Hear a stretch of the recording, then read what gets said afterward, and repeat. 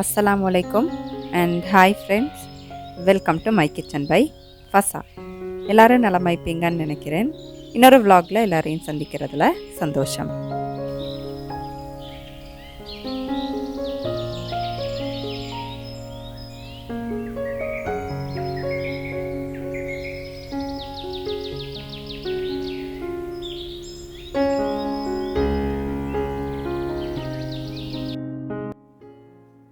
இன்றைக்கி வீடியோ வந்துட்டு சில பேர் என் நைட் ருட்டீன் எப்படி அப்படின்னு கேட்டிருந்தீங்க. அப்போ இயன்ற வரைக்கும் கொஞ்சம் கிளிப்ஸ் எல்லாம் சேர்த்து என் ஈவினிங்லேருந்து மாலை நேரத்துலேருந்து நைட் வரைக்கும் உள்ள ஒரு ருட்டீன் வீடியோ மாதிரி தான் இந்த வீடியோ பார்க்க போகிறீங்க. இன்றைக்கி ராவைக்கு கொஞ்சம் மரக்கறி நூடுல்ஸ் செய்வோம் அப்படின்ட்டு தான் தோட்டத்தில் கொஞ்சம் மரக்கறிகள் பறிச்சுட்டிருக்கிறேன். லீக்ஸ் அதுக்கப்புறம் பைத்தங்காய் இருந்துச்சு, பசலிக்கீரை, அந்த மாதிரி ஈக்கிற மரக்கறிகள் எல்லாம் பறித்து நல்ல ஒரு மரக்கறி நூடுல்ஸ் செய்வோம்னு தான் பறிச்சுட்டிருக்கிறேன்.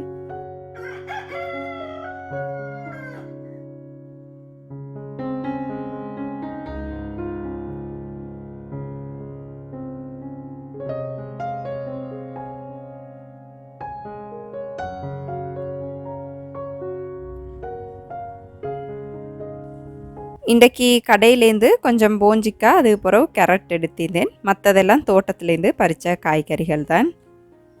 லீக்ஸ் எல்லாம் எப்படி நாட்டுற அப்படின்ட்டு என் சில வீடியோஸில் நான் ஷேர் பண்ணிக்கிறேன். வேணும்னா அந்த வீடியோட லிங்க்கை டிஸ்கிரிப்ஷனில் தாரேன்னு பார்த்துக்கோங்க. இது வந்து பாவக்காய், பாகற்காய் அப்படின்னு சொல்லுவோம் இல்லையா. மாஷால்லாண்டி இந்த கொடியில் நிறைய கிலோ கணக்கு பாவக்காய் பிச்சிப்பேன். அப்போ அதையும் பறித்து வச்சுருவோம் அப்படின்ட்டு பறிச்சுட்டிக்கிறேன். சில பேர் வந்து ஏன் இந்த பாவக்காய்க்கு பொழுத்தின் கட்டுற அந்த மாதிரி கேட்டிருந்தீங்க. கட்டலை அப்படின்டா கொஞ்சம் பெருசாகிட்டு வரக்கலையே நம்ம அது புழு வந்து சாப்பிட்ரும். அதனால் இப்படி கட்டி வச்சோம் அப்படின்டா தான் அறுவடை வந்துட்டு சரியாக எடுக்கலும் வைக்கும்.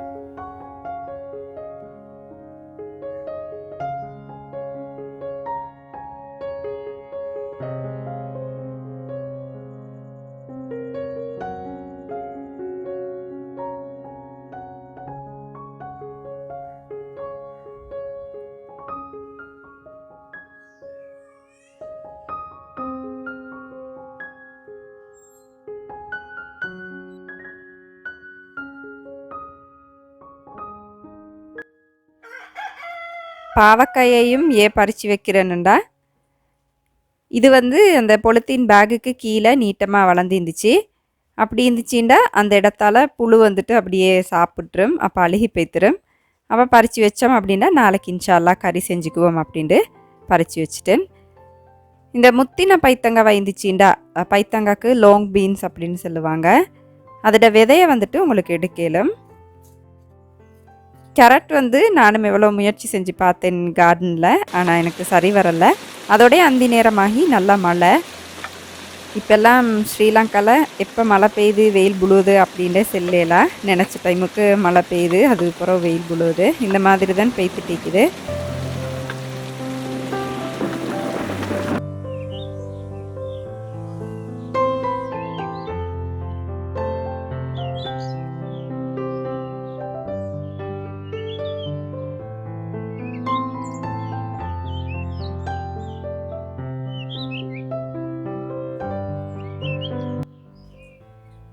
இன்றைக்கி நான் நினச்சேன் நூடுல்ஸுக்கு நிறையா மரக்கறி போட்டு செய்யணும் அப்படின்ட்டு. இந்த மரக்கறி நூடுல்ஸ் ரெசிப்பியை உங்களோட ஷேர் பண்ணலை, எல்லாருக்கும் தெரியும் இல்லையா.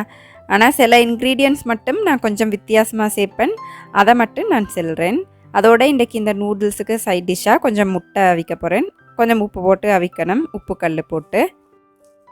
இன்றைக்கி நூடுல்ஸுக்கு நான் கொஞ்சம் கோவாவும் அரிஞ்சு சேர்த்திருந்தேன். முட்டைக்கோஸ் அப்படின்னு சொல்லுவோம் இல்லையா, எனக்கு செல்ல மறந்துட்டு.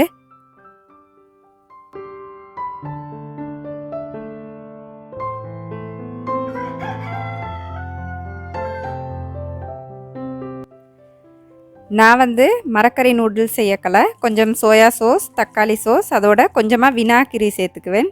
அப்படி சேர்த்தோம் அப்படின்னா நல்லா டேஸ்ட் ஆகிக்கும். முயற்சி செஞ்சு பாருங்கள். முட்டையை எப்போவுமே அவிச்ச பிறகு நல்லா ஐஸ் கட்டி போட்டால் கொஞ்சம் கூலான தண்ணியில் போட்டிங்க அப்படின்னா முட்டை வந்துட்டு நல்லா க்ளீனாக உரிப்படும். இந்த டிப்பை எலும்பா ஃபாலோ பண்ணி பாருங்கள்.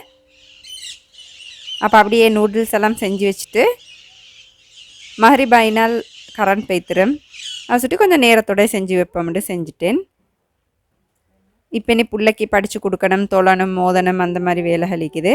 முட்டை பார்த்தண்டா அவிச்ச உடனே நீங்கள் ஐஸ் தண்ணியில் போட்டிங்க அப்படின்னா வெடிப்புகள் ஒன்றும் இல்லாமல் முட்டை வந்து இப்படி க்ளீனாக நல்லா உரிப்படும். என் மகள் வந்துட்டு முட்டை உரிக்கிறதுக்கு எனக்கு எப்போவுமே உதவி செய்வா.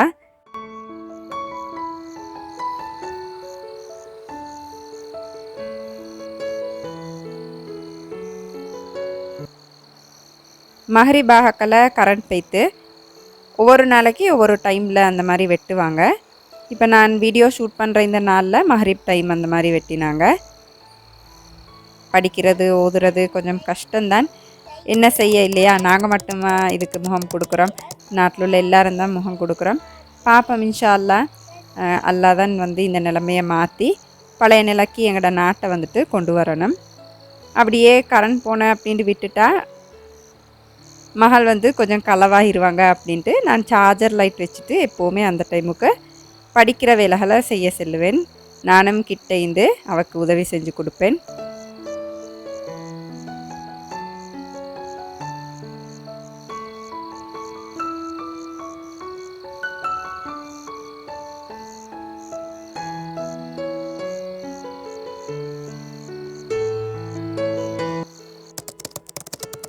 சரி 8 மணி உள்ளுக்கு நாங்கள் இஷா தொழுதுட்டு சாப்பாடு சாப்பிட்ருவோம். ஏண்டா இரவு சாப்பாட்டை நீங்கள் எவ்வளோ எழுமோ அந்த மாதிரி நேரத்தோட சாப்பிட்டீங்க அப்படின்னா 2லேருந்து 3 மணித்தியாலத்துளுக்கு உங்களுக்கு தூங்கலும். ஏண்டா சாப்பிட்டோடனே தூங்குறது வந்து உடம்புக்கு அவ்வளோ நல்லதில்லை இல்லையா?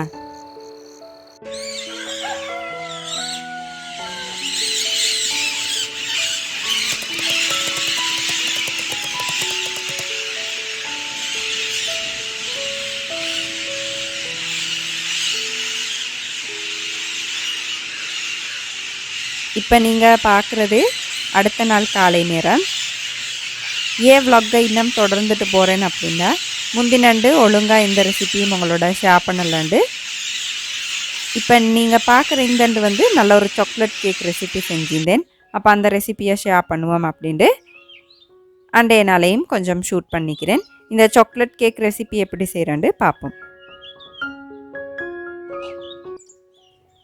கொஞ்சம் பட்டர் அப்படி இல்லாட்டி மாகரின் அதோட சீனியை நல்லா அரைச்சிட்டு சேர்த்திங்கண்டா லேசாக உங்களுக்கு பீட் பண்ணலாம்.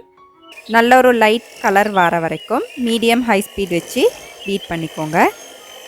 கட்டாயமாக கேக் செய்ய பயன்படுத்துகிற பட்டர் முட்டை எல்லாம் ரூம் டெம்பரேச்சரில் இருக்கிற மாதிரி பார்த்துக்கோங்க. அப்போ தான் கேக் வந்து நல்லா வரும்.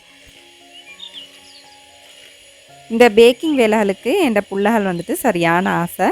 அப்போ எப்போ என்ன பேக் பண்ணுறேன்றாலும் நான் அவங்களையும் சேர்த்துக்குவேன். இப்போ நான் எப்போவும் செல்கிற மாதிரி முட்டையை ஒண்டொண்டா போட்டு பீட் பண்ணிக்கோங்க. அப்போ தான் உங்களோட கேக்கில் வந்து பிலால் வாசம் வராது. ஒரு முட்டையை போட்டு நல்லா துண்டுகள் இல்லாமல் பீட் பண்ண பிறகு அடுத்த முட்டை சேர்த்து பீட் பண்ணிக்கோங்க. நான் இன்றைக்கி மீடியம் சைஸில் 4 முட்டை சேர்த்திக்கிறேன். கட்டாயமாக அந்த ஓரங்களை எடுத்துட்டு நல்லா பீட் பண்ணிக்கோங்க. இன்றைக்கி செய்கிற ரெசிபிஸ்ட் அளவுகள் எல்லாம் டிஸ்கிரிப்ஷனில் தந்திப்பேன், வேணும்டா பார்த்துக்கோங்க.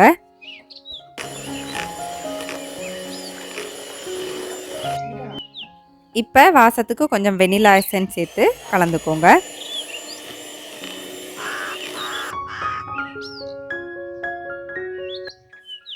நான் இன்றைக்கி பாதி ஆட்டாமா பாதி மைதாமா சேர்த்திக்கிறேன். மைதாண்டா ஸ்ரீலங்காவில் நாங்கள் யூஸ் பண்ணுற அந்த வெள்ளை கலர் கோதுமைமா. உங்களுக்கு தனியாகவே ஆட்டா அப்படி இல்லாட்டி மைதா மட்டும் பயன்படுத்தலும். அதோட கொஞ்சம் chocolate powder, 1 teaspoon baking powder, 1 teaspoon baking சோடாண்டா ஆப்ப சோடா போட்டு நல்லா கலந்து விட்ட பிறகு 2லேருந்து 3 தடவை சளிச்சு எடுத்துக்கோங்க. அப்போ கேக் வந்துட்டு நல்லா சாஃப்டாக வரும்.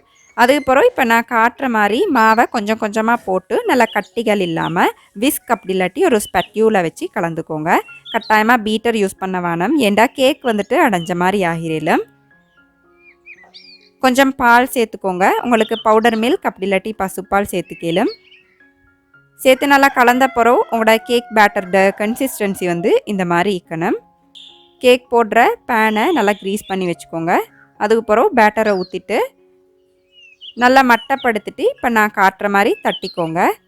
அவனை கட்டாயமாக 10 நிமிஷம் ப்ரீ ஹீட் பண்ணி வச்சுக்கோங்க. நான் 180°C ப்ரீ ஹீட் பண்ணி வச்சுக்கிறேன். நடு ரேக்கில் கீழ் நெருப்பு மட்டும் போட்டு நல்லா வேகிற வரைக்கும் 35லேருந்து 40 நிமிஷம் வரைக்கும் பேக் பண்ணிக்கணும். உங்களோட அவன் பொறுத்து இந்த சூட்டளவு நேரளவு வித்தியாசப்படையிலும். மேலால் நல்ல ஒரு கலர் வரக்கலை சின்ன ஒரு குச்சி வச்சு குத்தி பாருங்கள் அவனுக்கு வச்சு க்ளீனாக வெளியே வந்துச்சு அப்படின்டா இறக்கிறேலும் கொஞ்சம் மா ஒட்டிச்சின்டா 2-3 நிமிஷம் இன்னும் உள்ளுக்கு அப்படியே பேக் பண்ணிவிட்டு உங்களுக்கு எடுத்துக்கலும். நான் இன்றைக்கி இந்த கேக்கை பட்டர் ஐசிங் பண்ண போகிறதுனால கேக்கை வந்து நல்லா ஆற விட்டுட்டேன். ஏண்டா சூட்டோட எந்த ஐசிங் பண்ணினோம் அப்படின்றாலும் அது கேக்கில் வந்துட்டு ஒட்டாது, உருகி போய்த்திரும். அப்போ நல்லா ஆறட்டும்.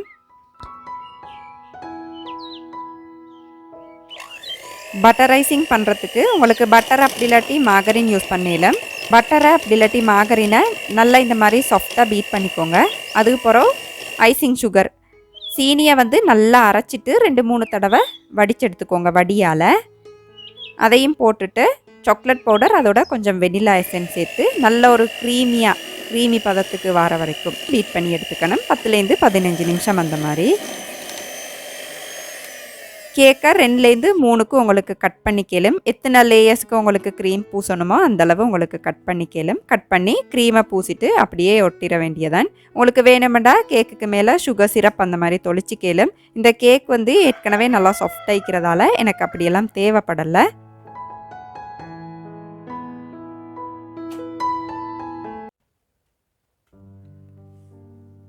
இப்போ இப்படி வச்சுட்டு உங்களுக்கு கட் பண்ணி சர்வ் பண்ணிடலாம். உண்மையிலே இந்த கேக்கோட டேஸ்ட் வந்துட்டு வேறு லெவலில் இருந்துச்சு. கட்டாயம் முயற்சி செஞ்சு பாருங்கள். அடுப்பில் கேக் பேக் பண்ணுற ரெசிபி நான் ஏற்கனவே அப்லோட் பண்ணிக்கிறேன். வேணும்னா அந்த வீடியோட லிங்க்கை டிஸ்கிரிப்ஷனில் தாரேன்னு பார்த்துக்கோங்க.